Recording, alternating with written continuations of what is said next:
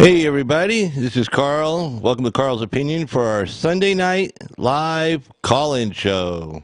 Here we go.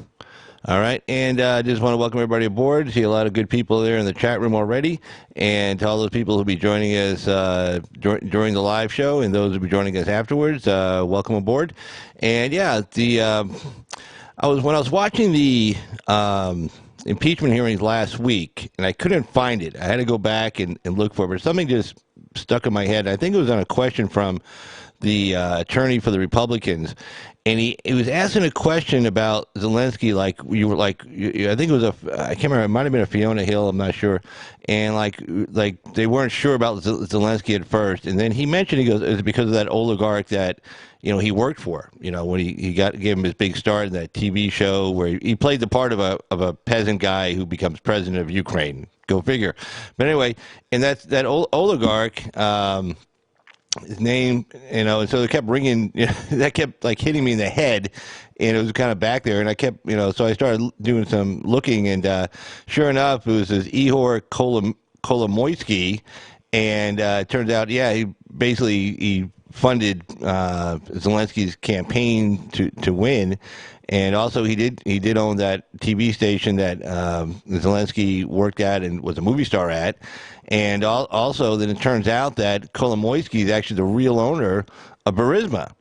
And so obviously, now look, I found this all through open source. So obviously, the Rudy Giuliani legal team, way more resources than I have, and obviously they found this too. I mean, obviously, and not to mention the attorney for the Republicans even asked about that oligarch, that Zelensky worked for, and not to mention it turns out that this oligarch also owns this bank, and this bank you see the Privat Group that I mentioned there, the bank. You see the headline: a bank scandal, an oligarch, and the IMF. Ukraine's president has a lot to deal with right now. And what they're talking about, this bank was owned by this Ihor Kolomoisky. Well, Ukraine nationalized it a few years ago. Well, that didn't make Ihor Kolomoisky very happy. So they nationalized it, and so he's been wanting to get it back. And there was a lot of corruption involved in that, with how much money they were getting, and most of the loans were given out to him and his friends, and it was just a big mess. So. Anyway, so with this whole bank, now they're thinking about maybe, giving the bank back to this Ihor guy. So the question becomes, is Zelensky, the question that President Trump had, and probably Rudy Giuliani had, considering that he owns Burisma and Hunter Biden was sitting on the board of Burisma.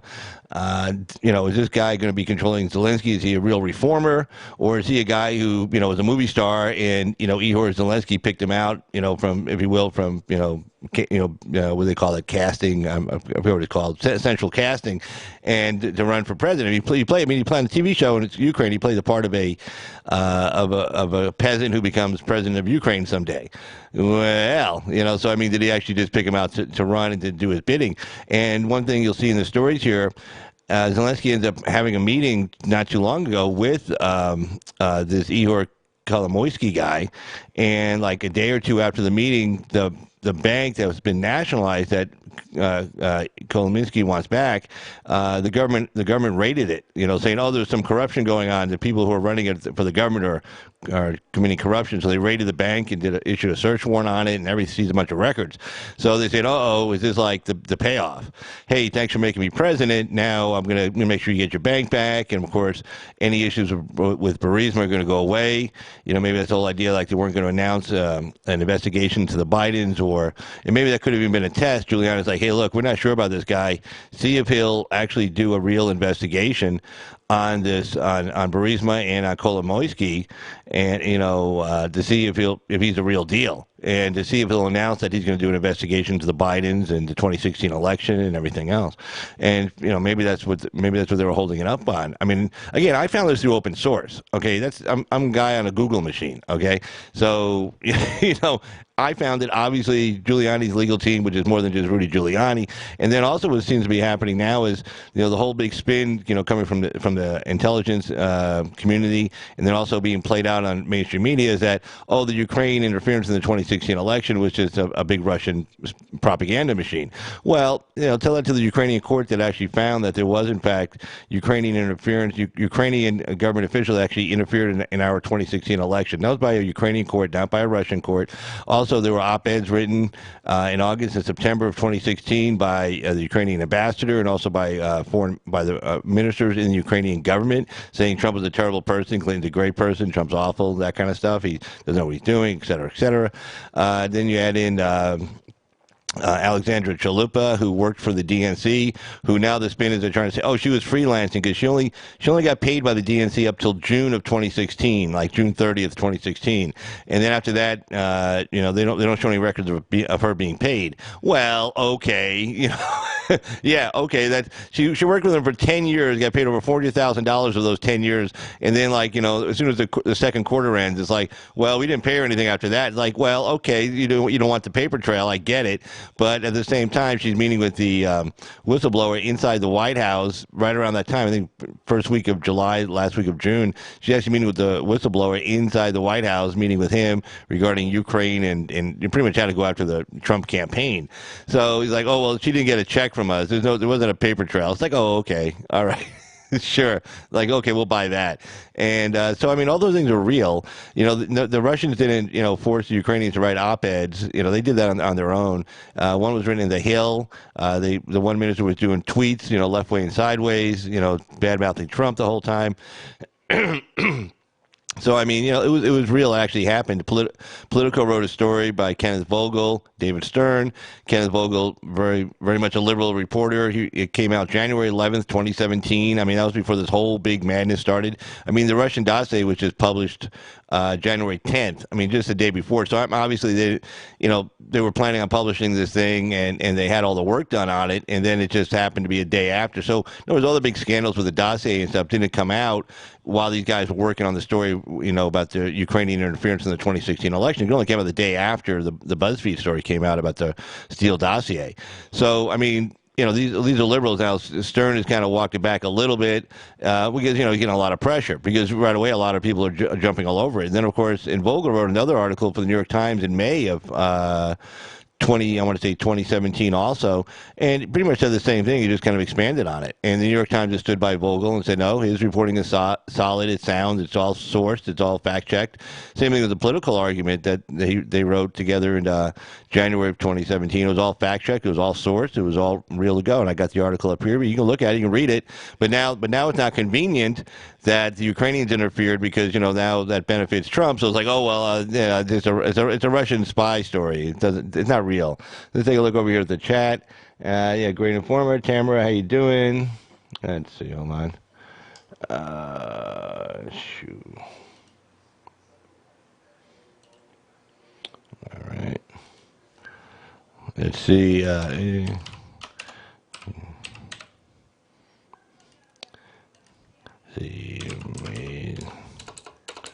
Hold on a sec, guys.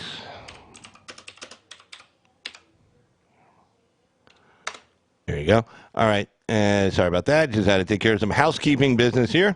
All right. So anyway, let's get to this first story here. We're gonna go into this. This story is from CNBC. This is not like the conservative bastion of TV. CNBC. Okay. So let's take a look at this. All right. All right, so CNBC, Europe economy, a bank scandal, an oligarch, and the IMF, International Monetary Fund. Ukraine's president has a lot to deal with right now. Published Friday, September 20th, 2019 by Holly Elliott. There you go. So let's get to the story. And there's a picture of Zelensky. Yay, there we go. The peasant boy who became president. There we go. All right. You can't let's go to this. Let's go to that. A lot of ads. Okay, Ukrainian President Vladimir Zelensky is under pressure over how he will. Let's see if I can move that over. Well, you can read most of it. Okay, there you go. Okay, Ukrainian President Vladimir Zelensky is under pressure over how he will resolve a long-running dispute regarding a nationalized bank and its former oligarch owner. You know what? Let's make this a little bit smaller. I'm covering up the whole story for you guys. That's not good. All right, hold on. Let me just shorten me up here.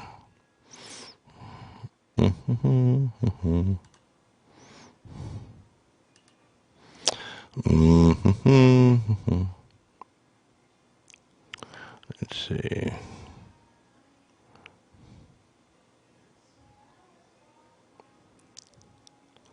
Well, let's see. Title. Well, I don't know where I am on this list, but oh wait, I'm in the wrong list. Okay, hold on. Sorry guys, hold on a sec. All right, I'm making myself a little bit smaller here. So here we go. If you see the story, you don't need to see me as much.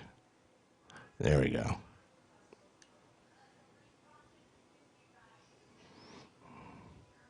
There you go. All right, that'll be a little bit better. All right, so anyway, back to the story.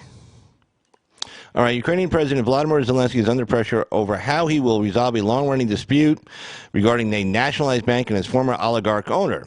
How he proceeds could be a deal breaker as to whether Ukraine's international creditor, the International Monetary Fund, the IMF, gives the country a further much-needed aid program, experts say.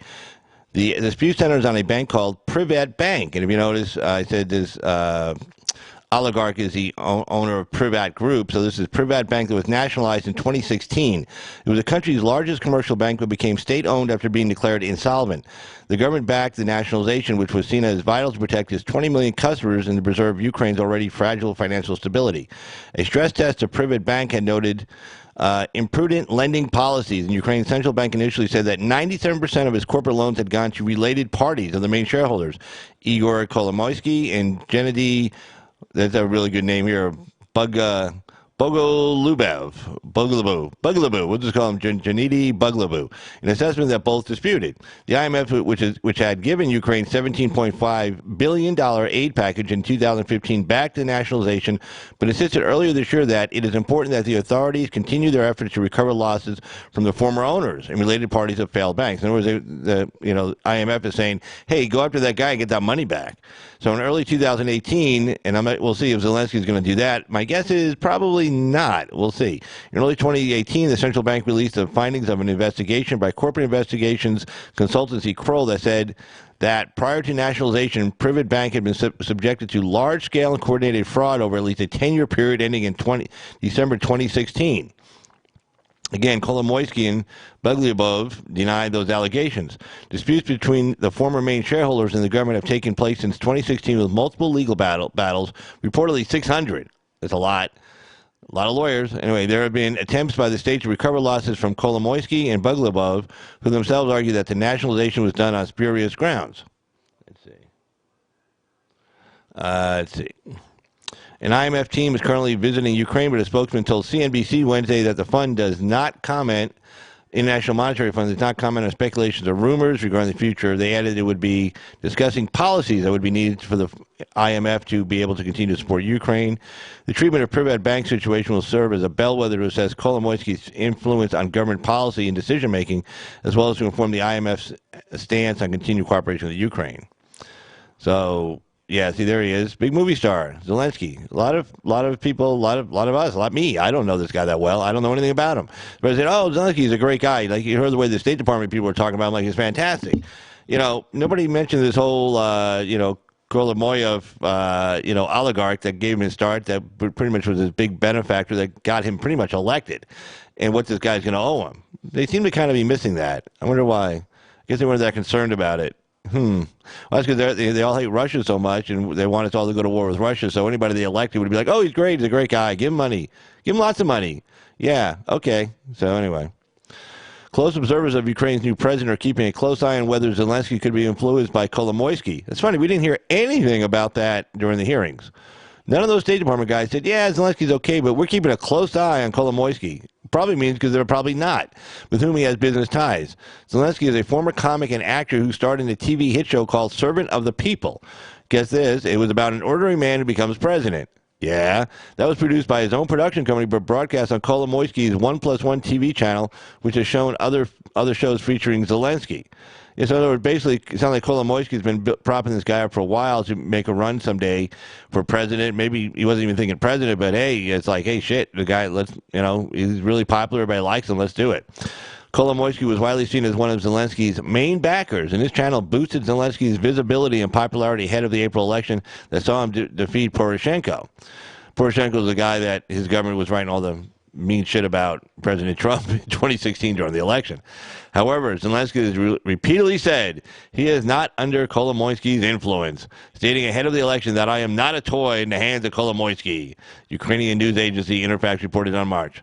Yeah, but, the day after he takes a meeting with him, then he decides to raid the government-run bank, saying that there's fraud and corruption involved. So, I guess maybe we have to, you see where that's going, right? I mean, they raid the bank. They say the government people who are running it are committing fraud and corruption, and so we probably need to give it back to the original owners and, slap them on the wrist, tell them, do a better job. I mean, that's where that's going. I guarantee we're going to see a story, maybe not, but there will be a story out there. We'll find it. Don't worry, Carl's Opinion will find the story. Carl's Opinion will broadcast it to you. Anyway, servant of the people or the person, question mark. Again, this is CNBC. This is liberal CNBC, okay? Zelensky campaigned on a manifesto to reform the country and beat corruption, just like the TV character he played. Whether he can maintain this promise with the apparent backing of a powerful businessman who supported his candidacy is now under scrutiny. Kolomoisky has felt comfortable enough under the new Zelensky administration to actually return to the Ukraine after 2 years of self-imposed exile living abroad, meaning he knows he's not going to get arrested. He can show right back up. It's like, because he was gone for 2 years thinking he was going to get arrested. He didn't want to get arrested, so he split. Well, now he's back because his boy, that he gave all that money to and put him on air and make sure, he had a nice little story to tell, won. Hey, it worked out. Anyway, although he has denied, this is Kolomoisky has denied he is now an advisor to the president. The oligarch said last week that he had met with the president on September 10th for the first time since his inauguration, following an invitation. Zelensky's press office reported as stating on a Facebook page that the meeting was about doing business in Ukraine and about the energy sector. Kolomoisky told reporters Friday at an energy summit that he had not discussed the future of PrivatBank with the president. Really? Okay, he didn't discuss it. We believe that. Anyway, watch the next sentence. But eyebrows were raised when Kolomoisky signaled the dispute could be better resolved under Zelensky's leadership. There we go. We, PrivatBank's former owners, do not agree with the nationalization, and this dispute is easier to resolve today than under the previous president, he said. Ukraine's Prime Minister Oleksiy Honcharuk, it's too bad they come from a country where the names are hard to pronounce, added fuel to the fire when he told the Financial Times newspaper earlier this week that he was positive about any rhetoric directed towards searching for a compromise, but he later told Reuters that no negotiations over PrivatBank were taking place.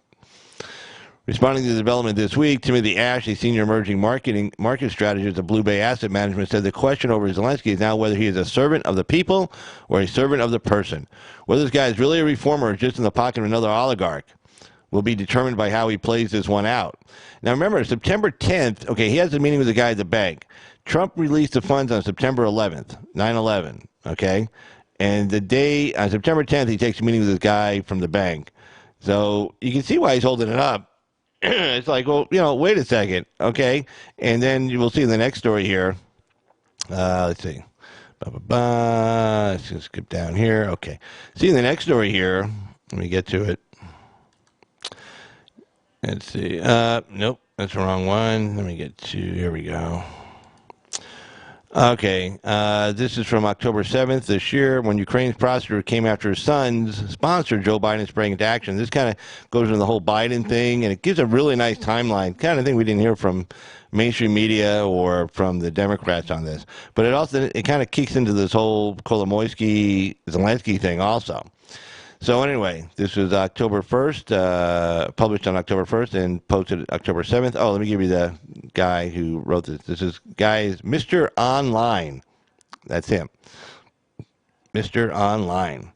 And, of course, there's a picture of the two co-conspirators right there, Hunter Biden and Joe Biden, conspiring. Who knows? Probably pointing some women down in the audience. Hey, look there, look at that. Look at her. Yeah, all right. All right, there you go. Okay, so when Ukraine's prosecutor came after his son's sponsor, Joe Biden, sprang into action. Here we go. There are some questions around Biden's family involvement in the Ukraine that the media have not picked up on. The first regards the ownership of the company which hired Joe Biden's son, Hunter, for an exorbitant amount of money while Joe Biden ran the U.S.-Ukraine policy. The second question is about the firing of Viktor Shankin, the former prosecutor general of the Ukraine. Trump accuses Joe Biden of having intervened in favor of his son's sponsor to get Shankin fired. The timeline below supports that assertion. At Naked Capitalism, Yev Smith reposted a 2014 piece by Richard Smith, who at the time looked into the Hunter Biden appointment into the board of Burisma, a Ukrainian gas producer, the largest energy company in Ukraine. And 2014 is when Hunter Biden got appointed to the board. So, of course, these people are like, well, whoa, this guy doesn't know anything. What's this about? So anyway, he writes, Richard Smith did a deep dive excuse me, into the dodgy appointment of Hunter Biden, and then Secretary of State John Kerry's longstanding bundler, Devon Archer. So everybody keeps mentioning Devon Archer like he's nobody. No, he was like the big fundraiser for John Kerry when he ran for office. And that's, that's how he met Hunter and how they all get along. They all know each other, rich, powerful families, that kind of crap. Anyway, so did a deep dive into the dodgy appointment of Hunter Biden and then Secretary of State John Kerry's long-standing bundler, Devon Archer, to the board of Burisma Holdings. Richard quickly got past the noteworthy fact that Biden Jr. was being paid quite a lot for no relevant expertise and no investment in the company. So what was he being paid for exactly? Oh, and Richard also describes how Hunter and his uncle James Biden's financial rides were with con artists. But the real puzzlement is that from everything that can be inferred, Burisma is either tiny or just a shell company. So who is behind these big director payouts? Richard found some breadcrumbs that pointed to Burisma being owned by Privat Group, a conglomerate controlled by the Ukrainian oligarch Ihor Kolomoisky. In other words, they had this shell group called Burisma, right? So we're all looking at the big shiny object, Burisma. Oh, Burisma.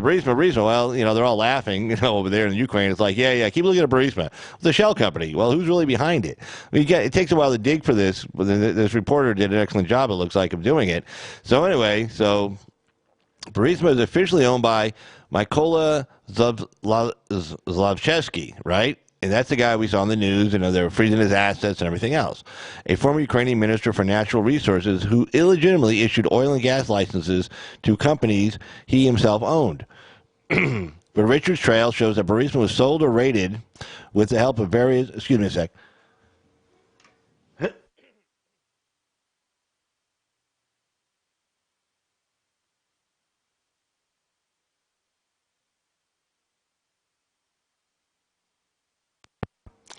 All right, so Burisma is officially owned by Mykola Zlochevsky, a former Ukrainian minister for natural resources, who illegitimately issued oil and gas licenses to companies he himself owned.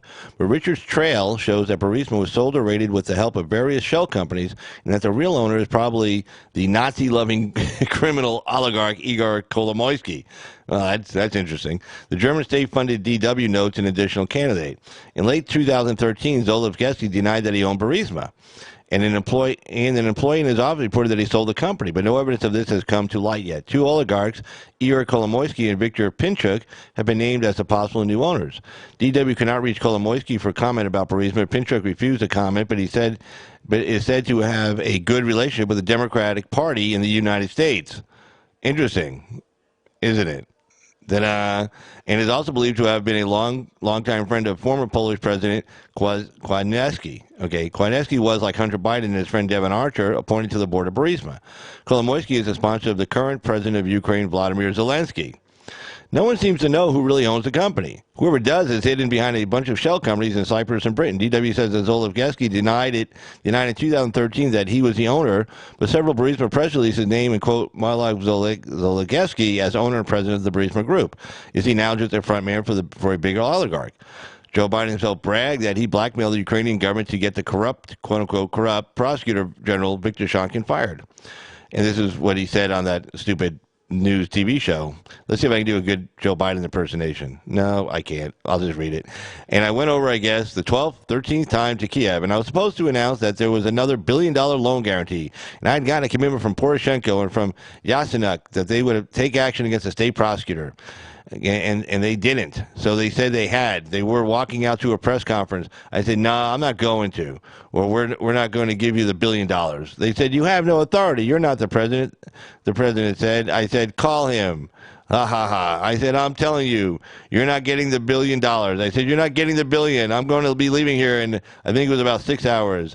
I looked at them and I said, I'm leaving in 6 hours. If the prosecutor's not fired, you're not getting the money. Well, son of a bitch, ha ha ha. He got fired. And they put in place someone who was solid at the time. Several papers claim that the story Biden told happened in March of 16. That is, however, not correct. Biden never traveled to Ukraine that month. The Ukrainian president at the time, Petro Poroshenko, traveled to D.C.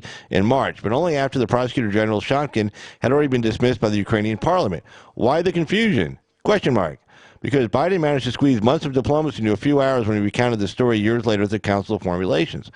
After the U.S.-sponsored Maidan coup in 2014, we sponsored a coup in Ukraine in 2014, then Vice President Joe Biden led the Ukraine policy of the Obama administration. His campaign against Prosecutor General Shokin started in September 2015. Now, you can just keep track of that date, okay? He starts going after Prosecutor General Shokin in September 2015. The U.S. ambassador at the time, Jeffrey Pyatt, kicked off the effort with a speech on September 24th, in which he blasted Shokin for openly and aggressively undermining reform and having undermined prosecutors working on legitimate corruption cases. In testimony to the Senate Foreign Relations Committee on October 8th, Victoria Nuland, who, if you've been watching this channel, we covered her pretty good a couple of weeks ago. Victoria Nuland, the one whose hands are all over the money and it's a big mess. State Department, Victoria Nuland declared the Prosecutor General's office has to be reinvented, an institution that serves the citizens of Ukraine rather than ripping them off. Biden followed with a visit to Kiev in December. On December 7th, he held a news conference with Poroshenko and announced $190 million to fight corruption in law enforcement and reform the justice sector. He made no public mention of the loan guarantee, but behind the scenes he had explicitly linked a $1 billion loan guarantee to reform efforts, including removing Shonkin, according to Colin Powell, Biden's national security advisor at the time. Okay, this is December 7th, 2015. Now, the New York Times article came out December 9th, 2015. That's where they said, hey, what's this deal with Hunter Biden getting all this money, and is there a conflict of interest? That was a New York Times story, December 9th, 2015. Believed to be leaked by the Clinton campaign to the New York Times to make sure Biden didn't run for president in 2016. All right, so a day after the news conference, he addressed the Ukrainian parliament and decried the cancer of corruption. Okay, let's see. Cancer of corruption in the country. The Office of the General Prosecutor desperately needs reform, he noted. Biden next met on January 20th with Poroshenko on the sidelines of the World Economic Forum in Davos, when he also pressed the need to continue to move forward on Ukraine's anti-corruption agenda. According to a White House statement, the campaign was rather slow, but in February, Biden's efforts to get Shokin fired suddenly went into overdrive. So February 12th, Biden spoke to Poroshenko by phone. The two leaders agreed on the importance of unity among Ukrainian political forces to quickly pass reforms in line with the commitments in the IMF program, including measures focused on rooting out corruption. The White House said February 16th, Poroshenko announced he had asked Shonkin to resign. Another call took place between Biden and Poroshenko February 18th, February 12th, February 16th, February 18th. February 19th, Poroshenko announced he has received Shonkin's resignation letter. It still required a parliamentary approval, and Shonkin did not go away quietly. That same day, Biden spoke separately again on the 19th to Poroshenko and Prime Minister Arseniy Yatsenyuk. March 16th, reports emerged that Shonkin was back at work after having been on vacation. March 22nd, Biden and Poroshenko spoke again by phone. Look how many times he's on the phone with this guy. Jesus.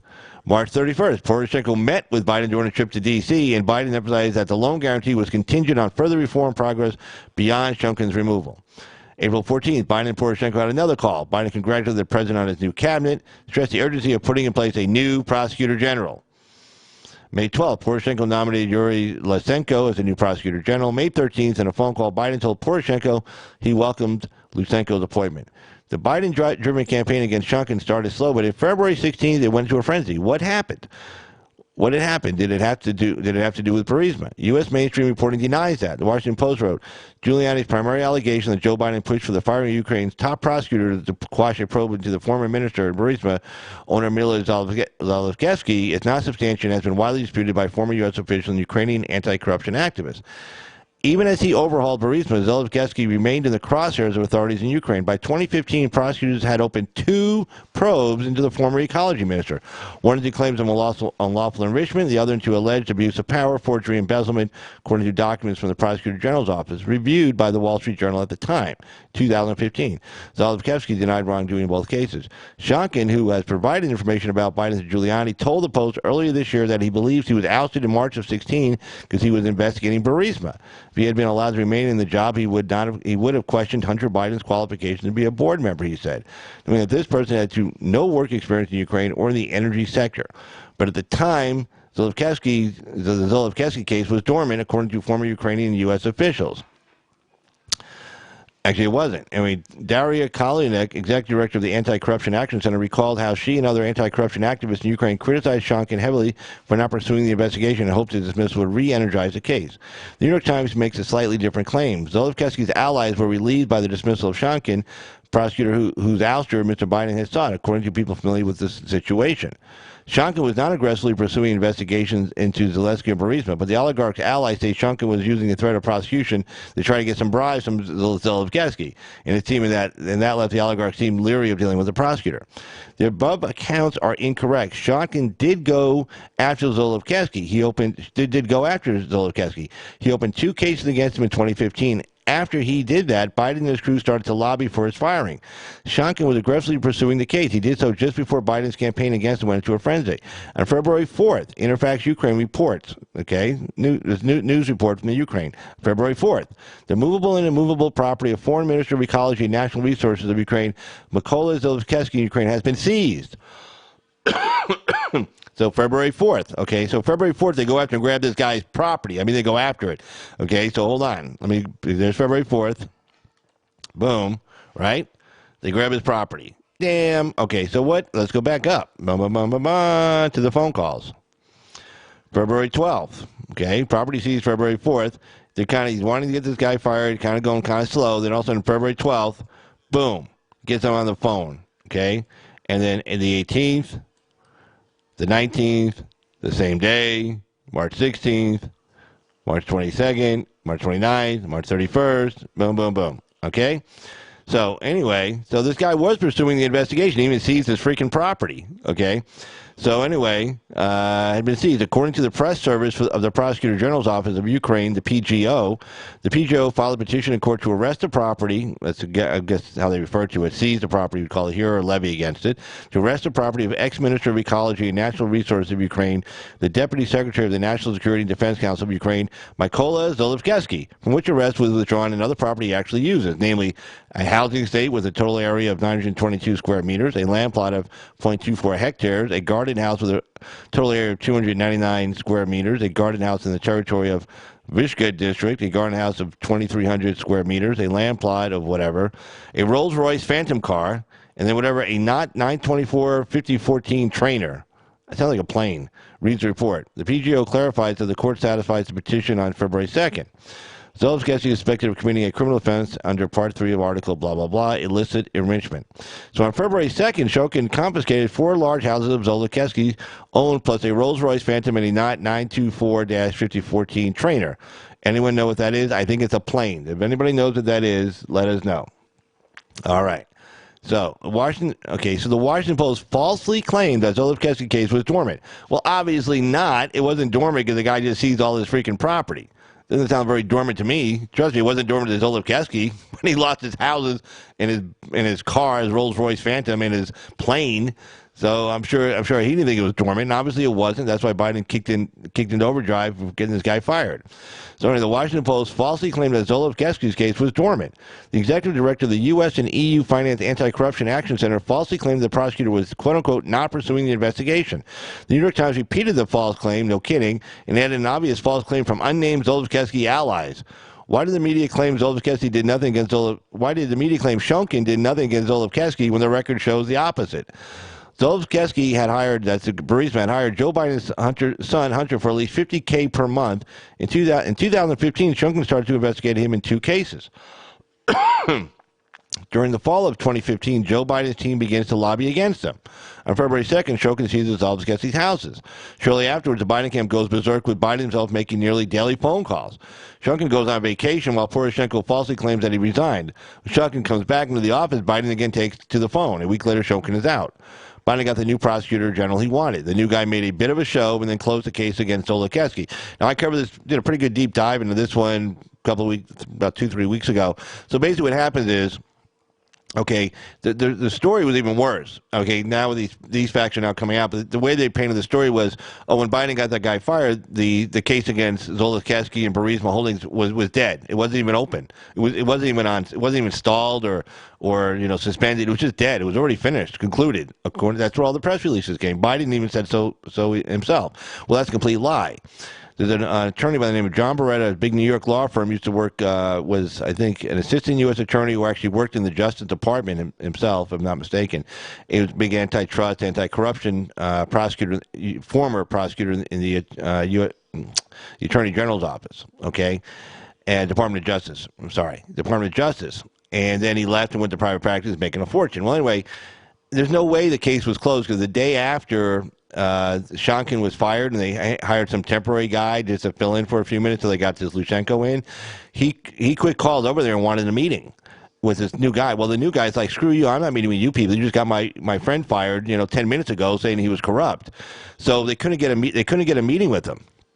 So what they did is they reached out to the Burisma, this big PR firm. Now, PR doesn't mean they put ads in newspaper. PR firms in this context means these are guys with access. These are like former State Department officials, former CIA, Department of Defense officials who go to work for these PR firms, make a shitload of money. Guys who know people can pick up the phone and get like the Assistant Secretary of State on the phone or the Secretary of State or somebody, okay, to make a pitch.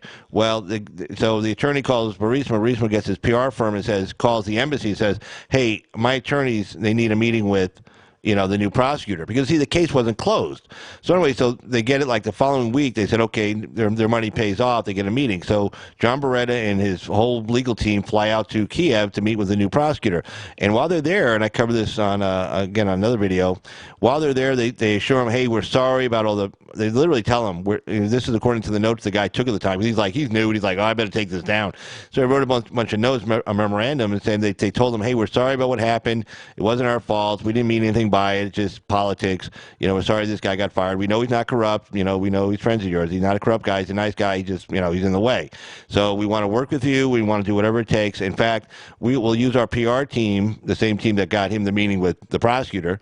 We'll use our PR team to get you in to meet with people at the State Department, Victoria Nuland, all them, and you can show them that you are not corrupt, and we'll get you into good grades for the State Department, and then lots of good things will happen. Considering that aid was on hold, and that aid that was all going through this time, the $1 billion loan guarantee, that wasn't signed till September 19th, 2016, and there's a reason why that date will be important in a few minutes. So anyway, the check is signed, if you will. The aid guarantee letter of engagement is signed September 19th, 2016. So remember that date. So so the case isn't closed. So now in September, this is what happens. You got a criminal case going, and you also got a tax evasion case going against Burisma.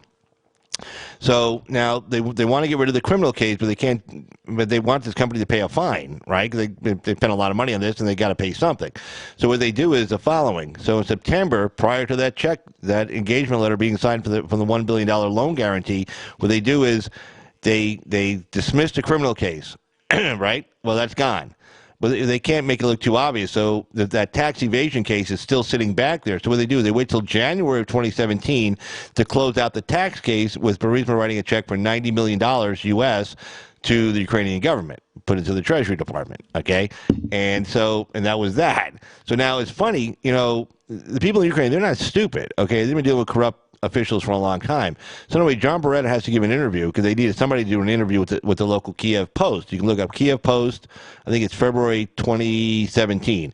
And there's John Beretta giving an interview. He never gave an interview to any U.S. newspapers, but he had to give this one. Okay, they said, you got to do this. So even the reporter asked, he goes, okay, so you're telling me this $90 million check that, Burisma just wrote, that was really for the tax evasion case? Are you sure that really wasn't for the criminal case? And that was just, the fine, the payoff for the criminal case to go away, saying that they owed $90 million in taxes when they really didn't. Oh, and Beretta's, you can see, and so even the Kiev Post writer is like, come on, we don't buy this. This is bullshit. And then Beretta's like, oh, no, they're two totally separate cases. We had auditors come in, cooperated. No, the criminal case went away. There was no crime. We didn't have to admit guilt. It's just fine. We don't have to plead guilty to anything, but paying this $90 million, that's legit. It wasn't just a fine, out of the criminal case. So even the Ukrainian press didn't buy it, okay, at the time. So this case was wide open hot. At the time Biden goes over there, the Time has all these phone calls. Because, and again, the New York Times publishes in December 9th, 2015, Devon Archer and Hunter Biden take a meeting at the State Department, I believe, with Victoria Nuland. She's the one in charge of sending the money over, and they're doing a USAID thing. And even, I think, Kent, when he was testifying this week, talked about, like, he had problems with, Burisma getting involved, Hunter Biden getting involved with this US aid program because they're so corrupt. So, but it's funny. Nobody really deep dove into it because it's Joe Biden's kid. So it wasn't the Orange Man and his kids. With the Orange Man and his sons, oh my God, forget it. It would have been woo woo woo. The red lights going off. So, but no, it wasn't. So anyway, but so this is why this whole. You can't. Everybody says, "Oh, why does he have to investigate Biden? Can't he just start after this whole Biden thing?" No, because this is where it all starts, okay? And it all starts with Burisma, and Burisma is still involved. And Zelensky now is beholden to the owner of Burisma because he's the one who got him elected. He gave him the TV show, gave him the spotlight, gave him a couple other shows. I'm sure he made sure his news channel was very biased in favor of Zelensky and against Poroshenko. And Zelensky owes this guy he owes him everything. Otherwise, he'd still be some stupid TV star doing some weekly show, not the president of a country. Okay, so don't think he doesn't. And so, when you see the story about the bank and, the bank gets raided, well, you can imagine who that's going to go. It's going to go where this guy's going to get his bank back, period. Okay, and it's going to go, Burisma is going to be taken care of, period. And remember, Hunter Biden was on the payroll of Burisma until just recently. He just recently quit the board. He said, well, I think it'd be better. Just recently, he was getting paid all this whole mess through the Russian Steele dossier, through all that. He was still getting paid I think they said actually it was like $83,000 a month when the numbers came down. Because they had a good benefits package. So, I mean, all through this whole Steele dossier and everything going on and all this and Ukrainian interference in the 2016 election, this guy's just sitting back still getting a paycheck. And then finally he said, well, I better get off this because my dad really is serious about running for president. And I know he doesn't have he probably talked to his dad, look, Dad, you're not going to win anyway. Let me stay on the damn board and keep getting paid. Oh, shut up, son. Get off my lawn. That kind of thing. So, anyway, let's continue to see if this goes anywhere else. Yeah, okay, let's just finish this up real quick. So Shokin was replaced by a prosecutor named Yuri Lysenko, whom former vice president later called someone who was solid at the time. Zelensky's representatives were pleased by the choice, concluding they could work with Lyshenko to resolve the oligarch's legal issues, according to the people familiar with the situation. While Mr. Lyshenko initially took a hard line against Burisma, within 10 months, by January 2017, after he took office, Burisma announced that Mr. Lyshenko and the courts had fully closed all legal proceedings and pending criminal allegations against Zelensky and his companies. So not till January 2017. So it was wide open when Biden was over there getting the guy fired. The oligarch who had fled the country and amid investigations by previous prosecutors was removed by Ukrainian court from the Ukrainian court from the wanted list and returned to the country. When the political wind from Washington changed the prosecutor general, Biden earlier lauded proved to be flexible. Well, I read that sentence totally wrong. I apologize. This year, though, Mr. Lysenko's office moved to restart scrutiny of Mr. Zelensky.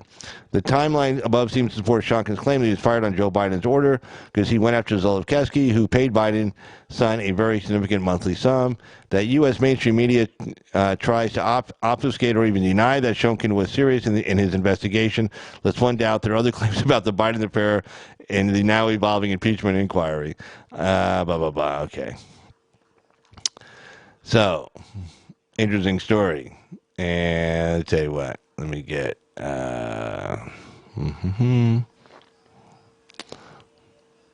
Punch this story up real quick here.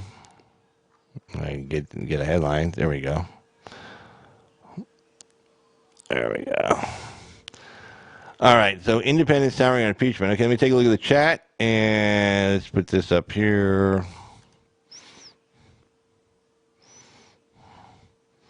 And hey, don't forget to, let's see. Phone lines are open. Call now. Phone lines are open. Call now. Phone lines are open. Call now. Area code 775-273-8970. If you want to appear by vMix video call, side by side with me, send me an email to ca2jogger@gmail.com. And then I send you a link. You click on said link. You come on in and take care of the rest on this end. So if you want to just put in the chat, said, hey, man, I sent you an email, blah, blah, blah, blah, blah. If you want to call, again, you can just call at 775-273-8970. This is a live call-in show. To any trolls out there, I do have a true broadcast delay, which delays both the audio and video portions of this. So it's not like some old Godzilla movie where my lips are moving and the sound is going someplace else. So it's a true broadcast delay nonetheless. So anyway, but if you do want to call in and you want to offer some opinions, again, the show is called Carl's Opinion, but I do like hearing other people's opinion. I learned something new. I think it was Keely. I want to say, is she on here tonight? I don't know. I don't think so. Hey, Philip, how you doing? But Keely was on the other night, and she gave me this. I made her moderator on the spot because she wrote something, and I go, man, I didn't think about that. That was excellent. Awesome. Inga Hicks, how you doing? And let's see, let's take a look at the chat real quick. All right, let me get this phone line open thing off the screen.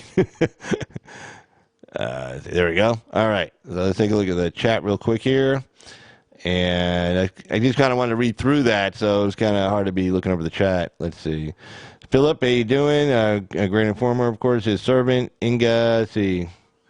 I think of Jimmy County Carson. Let's see.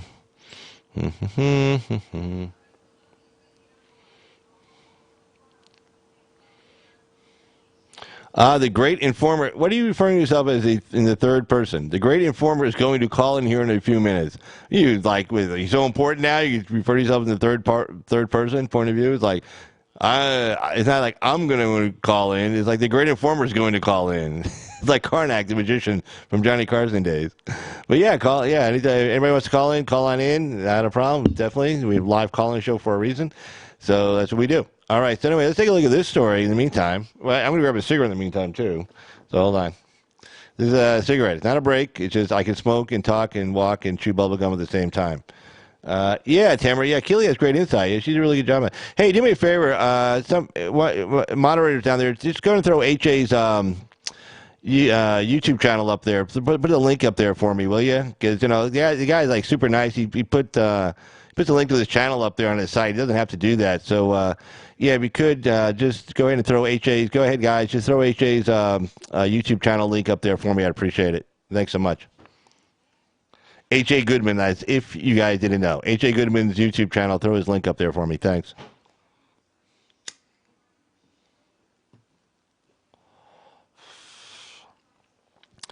All right. Let's take a look here.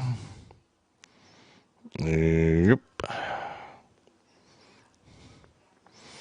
Where am I? Oh, there we go.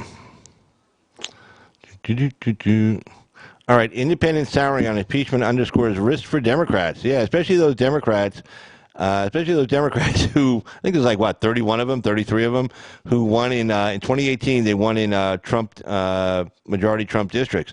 And again, any idiot who voted for these guys, because they're all like, oh, no, we're not with Nancy Pelosi. We're not for impeachment. No, we're about national security. And, yeah, we like Trump. We can work with Trump. I mean, they were so all full of shit, and they all of them, mind you, because remember, only two Democrats didn't vote for it. The one guy in New Jersey, and I want to say the one lady in Michigan, I think it was. I can't remember. But anyway, so other than those two, they all voted in favor, including all the 31 that are in Trump majority districts. So Okay, yeah, thanks, Tamara. Yeah, okay, that's HA's site. Yeah, HA Goodman's channel, fantastic. Yeah, put the name of who it is. So, yeah, thanks, guys. Totally appreciate that. Yeah, like I said, I changed the time of my show so I could watch his. So, like, yeah, definitely put his link in there for sure. All right, so, but yeah, so any Republican in these districts who bought into this nonsense from these Democrats saying they weren't with Pelosi, well, they were, and they voted for the impeachment inquiry, and they voted on it before any of the this crossing. They voted to move the case forward before they even saw any of the evidence, and they still voted for it because reasons. But they didn't have to. Tell you what, let me tell you something. If they didn't, they wouldn't have gone forward. There's no way. But anyway, you know what? Let them have the damn impeachment vote, in the House. Let them have it. And let's see if these 31, 32, Democrats who claim to be so independent, let's see if they vote for it. Because if they vote for it, well, first, they should be gone anyway. Okay, so any Republican dumb enough to have voted for them in 2018, you're an idiot, but you have a chance to redeem yourself to vote against them in 2020. So make sure it happens. Let's take back the House. Let's get President Trump reelected, take back the House, pick a seat or two in the Senate, and we'll all be happy. Okay? So let's do that. It's not too hard. All right. So independents souring on impeachment underscores the risk for Democrats. This is by The Hill by Jonathan Easley. So let's take a look. Oh, there we go. All right. Commercials. Anyway, new public opinion polls are moving against Democrats on impeachment as independents sour on the House inquiry, increasingly express opposition to the hearings that have consumed Washington in recent weeks.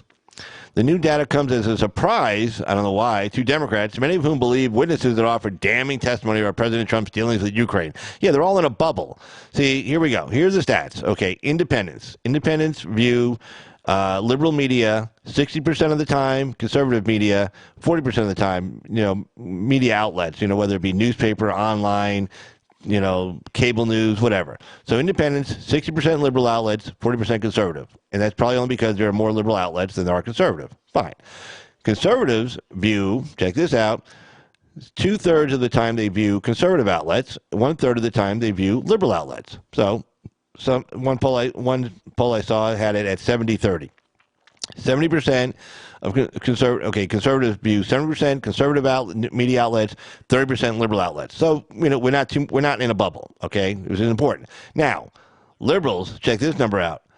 95% of what they see from media outlets are from liberal media outlets. 95%. Okay, so they're in a bubble. So they're all talking. You can watch them on MSNBC. I watch it. You watch them on MSNBC. Oh, they got him now. Oh, the smoking gun. The tide has turned. This is the tipping point. The walls are closing in. They're going over a cliff. There's so many stupid metaphors. It's unbelievable. And they've been saying the same ones for 3 years. They just took them off the shelf. Well, I don't know if you had them on the shelf that long. Took them off the shelf and just recycling them all over again. So but they all think this. And then when they see the polls come out, they go, "Wait, how can this be?" He goes, "Haven't these people been listening to us? Haven't they heard us? Been telling us all these horrible things about Trump? What? No, because they're full of shit, and people don't believe him anymore because you cry wolf, cry wolf, cry wolf, over and over again. Eventually, at some point, you're going to get eaten by the wolf, okay? And the wolf is Donald Trump, and he can eat you for lunch. I don't know. There you go. But anyway, so new. All right. So the new data comes as a surprise to Democrats, many of whom believe witnesses have offered damning testimony about President Trump's dealings with Ukraine. Witnesses have testified that Trump pressed Ukraine leaders to conduct an investigation of the energy company Burisma Holdings, which was seen as a code for probes of former Vice President Joe Biden and his son Hunter. What happened there? Damn it. That was weird. Okay, hold on. The deep state's getting into my computer. They're infecting it. Oh, no, look, they're throwing a commercial on me. No! Stop it. Stop it. All right, let's see. So there we go. This terrible thing. There was an impeachment vote, blah, blah, blah. Okay. All right, so an impeachment vote in the House seems inevitable, but it does not appear that any GOP lawmakers will back an article of impeachment. No, not one Republican voted in favor of the inquiry, so not one Republican is going to vote for the impeachment, especially the way the House Republicans cross-examined these guys. They did a really great job of it, by the way. So anyway, let's see what it goes here. And it remains to be seen. Okay, and it remains to be seen whether voters will support the Democratic action or punish the party for going forward with impeachment. There's always a disconnect between Washington and what people are thinking out in the states, said Dick Harpootlian, the former chairman of South Carolina Democratic Party and a surrogate for former Joe Biden's presidential campaign. Let's see. And Democrats have some worries about impeachment fatigue. After 3 years, the country was sick of hearing about Russia. Now the average American either doesn't understand or doesn't care about the case we're making on Ukraine, said one Democratic fundraiser. According to 538 average of national polls, support for impeachment has shrunk from 50.3% in mid-October at its height to 46.3% presently, while opposition has risen from 43.8% to 45.6%. Among independents in the 538 average, support for the impeachment topped out at 47.7% in late October, but has sunk to 41% over the past 3 weeks. This is from 538. YouGov is among the polls registering that decline, with independent support for impeachment dropping from 39% earlier this month to 35% now, and opposition increasing from 35% to 40%. Just flipped it, right? An Emerson University survey found that an even more extreme flip among independents.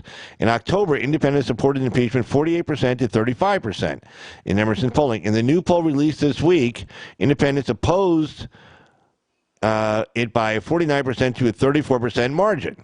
That's really good. In that time, overall support for impeaching Trump swung from 40% in favor and 44% against to 45% in opposition to impeachment and 43% in favor. The latest Morning Consult survey was the third poll released this week to register a flip among independents. That survey also registered a new low among all voters in favor of impeachment of 48%. The same number of people that hate the president. Like Stewart said, that we covered yesterday when we showed the recording of it, Congressman Stewart from Utah. He said, hey, look, if you hated the president before these impeachment proceedings, you still hate him, and nothing you've seen has changed your mind, and there's your 40% that just hate the guy. But I mean, but perhaps most alarming for Democrats is a new survey of Wisconsin from Marquette University. In Wisconsin, King swing state in next year's election found that 40% supported impeaching Trump, removing him from office, while 53% opposed it. Wow. In October, before the hearings began, support was at 44%, opposition was at 51%. So basically, Adam Schiff and friends, the more they do these hearings, because in other words, at first, remember, everything was like behind closed doors. The Democrats were leaking out a few things, that they could get away with. They threatened the Republicans, if you leak anything, we're going to hit you with an ethics charge and, get you censored and all this stuff. So only news coming out of these depositions down in the basement were the bad news, okay? So then, finally, when they hold these public hearings, you get to see the Republicans get to do even limited, but some cross-examination of these witnesses, and you find their stories all fall to pieces. The American people are like, well, what the hell was that? We were told one thing, again, the same thing like the Steele dossier, the Russian collusion story. They were told for 2 years, this is going to get Trump. He's getting out of office. He's going to be impeached. There's collusion with the Russians. Da-da-da-da-da-da-da-da. And then it all falls apart. And then July 24th, it's fallen apart already when the report was released. In July 24th of this year, of course, Robert Mueller just put the ribbon on top by testifying. The old man who couldn't remember who Fusion GPS was, and HA does a great imitation of Robert Mueller. Like, what? Simpsons? Who? What? Yeah. Well, anyway, he showed that he didn't know anything about anybody, so there you go. So anyway, so now they were promised all this stuff, for in October they said, oh, here's all this nasty stuff. Oh, we got to impeach. Here's Nancy Pelosi. Oh, this is terrible, right? And all these hidden, closed-door depositions, right? Well, then you bring it up to the light. What's in darkness shall come to the light. There you go. Bring it to the light, and then people actually see, well, these people don't really have any personal knowledge of most of what they're talking about. And most of them are partisan. Even Fiona Hill, she was very partisan. She lied about the Republicans. She said, some of you don't believe Russia interfered.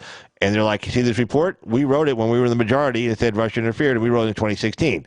So shut up. You're lying. And she lied about it. And then she also lied saying Giuliani met with Stalin. Well, everybody else in the room knew that never happened. But she's so partisan. She hates Trump so much, and, and she hates Russia so much, she's blinded by it. She actually believes this stuff. So when the general public got to see how partisan this was, and Schiff, of course, I don't know whose idea was put him out in front of those weird bug eyes. That was a really bad idea. That was really, really stupid. So, and then, Jerry Nadler's at Judiciary. He's not much better. So, these are not, like I said the other night, these are not made for primetime TV people, especially in the House. The Senate, they have to win, statewide elections. People in the House have to win a district. They generally do a lot of TV to begin with. But, Adam Schiff, that's like the worst guy you could put on TV. If I can think of anybody not to put on TV, it would be him. I mean, with those big bug eyes and stuff. You guys ever watch Greg Gutfeld, the one guy that does the impersonation of Schiff? Is fantastic. Schiff, using a microwave, Schiff, playing music. It's the big bug eyes come right at you. But anyway, the Marquette survey found Trump leading in Wisconsin against, and this is good too. The Marquette survey also found Trump was leading in Wisconsin against 3 top Democratic challengers after trailing all of them in the previous poll. Support for impeachment among Republicans and independents in the survey was mostly steady, but support among Democrats dropped by 7 points. Marquette pollster Franklin described the shift as modest and said it could be driven by voters viewing impeachment as an extreme measure. Franklin said that when former Governor Scott Walker was being recalled in Wisconsin, even some Democrats who despised Walker were conflicted about the recall effort and viewed it as an overreach. So, let's see. The Marquette survey follows a New York Times Siena College poll that found majorities in the King sweepstakes of Michigan, North Carolina, Pennsylvania, Wisconsin, Arizona, and Florida oppose removing the president from office through impeachment. Majorities of pluralities do support investigation of Trump. So anyway, New York Times, they're not some conservative outlet, right? New York Times Siena College poll said that, there we go, that found majorities in the key swing states of Michigan, North Carolina, Pennsylvania, Wisconsin, Arizona, and Florida all oppose removing the president from office through impeachment. So anyway, all of these numbers are consistent with other trends that suggest Democrats are losing the impeachment debate, particularly in swing states and districts, said Chris Wilson, a GOP pollster and president of WPA Intelligence, some company, whatever. If the hearings have eroded support even slightly, and the national data suggests that, then this Marquette poll is completely in line with an emerging picture that where impeachment is actually helping the president in key swing states. Many Democrats are unmoved by the new data, believing that they are doing the right thing, blah, blah, blah. Yeah, they keep that. Keep swinging. All right. Yeah, keep whistling past the graveyard, basically. So, okay. So there you go. So, all right. Let's see what else we got here tonight.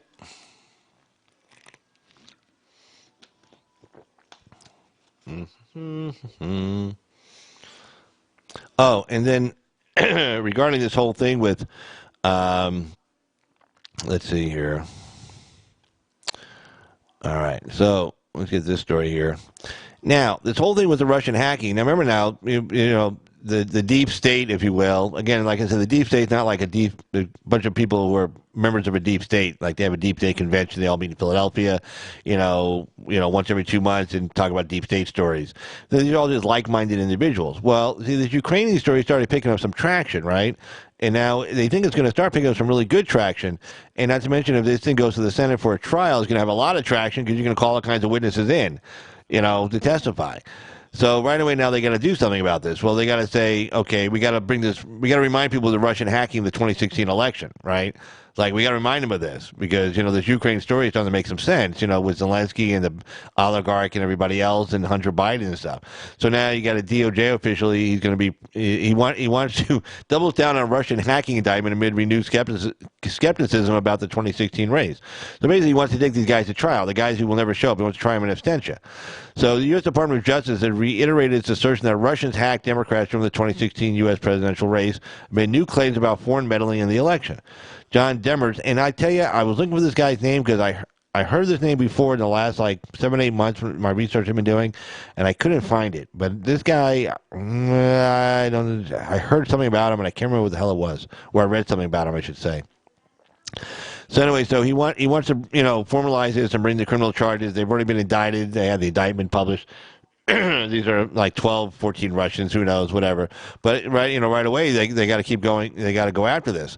Now, something else that's also funny is this oligarch we were just talking about. Now, this oligarch got into it with this Les Parnas guy and Igor Furman, who worked on behalf.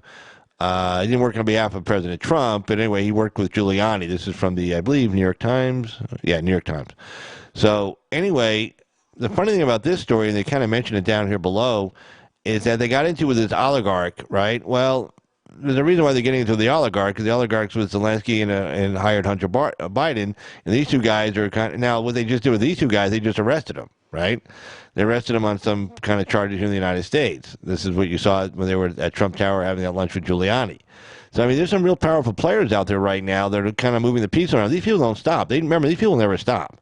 Mueller, sank his own investigation, the Russia conspiracy thing on July 24th.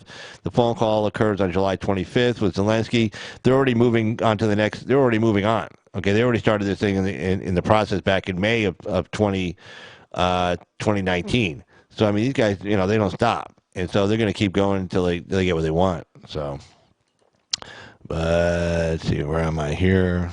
Hold on. There I am. But let's see, what time is it? Anyway, like 9:30. Well, it looks like I've been on for about an hour. I guess somebody's fingers couldn't do the dialing on the phone because we couldn't get anybody in here to call.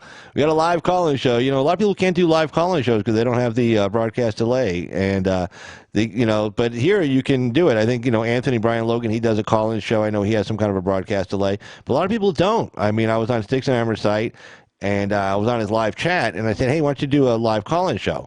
And he said, well, I can't. He actually answered my question that I put in the chat, and he says, I can't because I'm afraid somebody will say something bad and put it on YouTube and get me kicked off. And I said, well, you need to get a zombie. And so he's like, well, what's a zombie? So I told him, well, a zombie is something that's like a broadcast delay. So anyway, you'll be able to see the zombie now. So let me show you what the zombie is if we get a bad phone caller. I'll show you that right now. So here you go.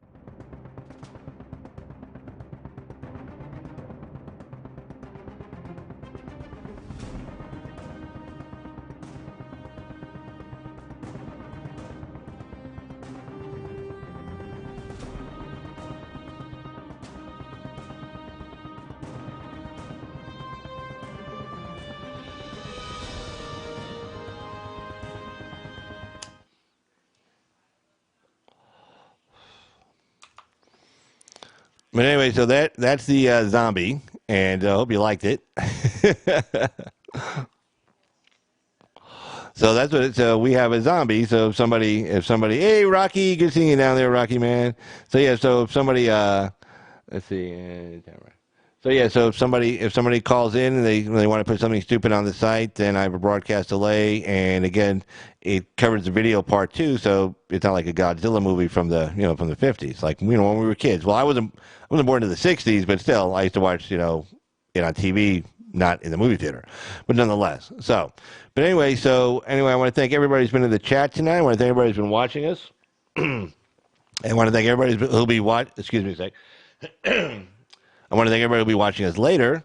And I looked down at the chat a couple of times. Looked like some really good, intelligent chat down there. So I want to thank everybody for that. And let's see here. Hold on. Let me get in the right place. So anyway, I'm going to be on HA. Hey, again, why don't somebody throw, before we go off, throw H.A. Goodman's link in there for his YouTube channel. Make sure you write in H.A. Goodman and then write the link in. So when the people watch it later on the replay, they'll say H.A. Goodman YouTube channel, and they'll see they get the link.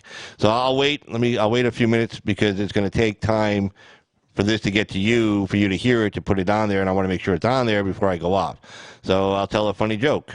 No, I don't know any good jokes. But anyway, it looked like a real good chat. I didn't get a lot of chances to interact with it. Unfortunately, those stories were kind of reading intense. But when I saw that thing this week and they mentioned some oligarch with Zelensky, and I'm like, what? And then when you start researching it, and I'm like, what? Whoa, hey, shit! This guy isn't. Oh yeah, thanks, man. Yeah, put his other channel and his regular channel on there too, so that'd be cool. But yeah, his other channel and also the channel he'll be going live on. I'll be over there tonight. I was gonna go on over there last night, but I fell asleep. I fell asleep. I woke up. It was like 2:00 in the morning my time. I'm like, shit, I missed it. I missed his live stream, so I couldn't watch it. So it was kind of funny. But yeah, moderators. That's why one of the reasons I make you moderators for is you can put links and stuff in there. So put on his regular channel too, if you could. That'd be great. Yeah, there we go. Perfect. Thanks, Tamara. Appreciate it. All right. So for Carl's Opinion, this is Carl, and we'll see you on the next live stream. And if I can stay awake, I will see you on H.A. Goodman's live stream tonight. So, all right, guys. So have a good one, and thanks again, and thanks, moderators. Keep the big blue wall up there kept probably a lot of nefarious people from even thinking about putting anything on there. All right, guys. Have a great night. We'll talk to you later. Bye-bye.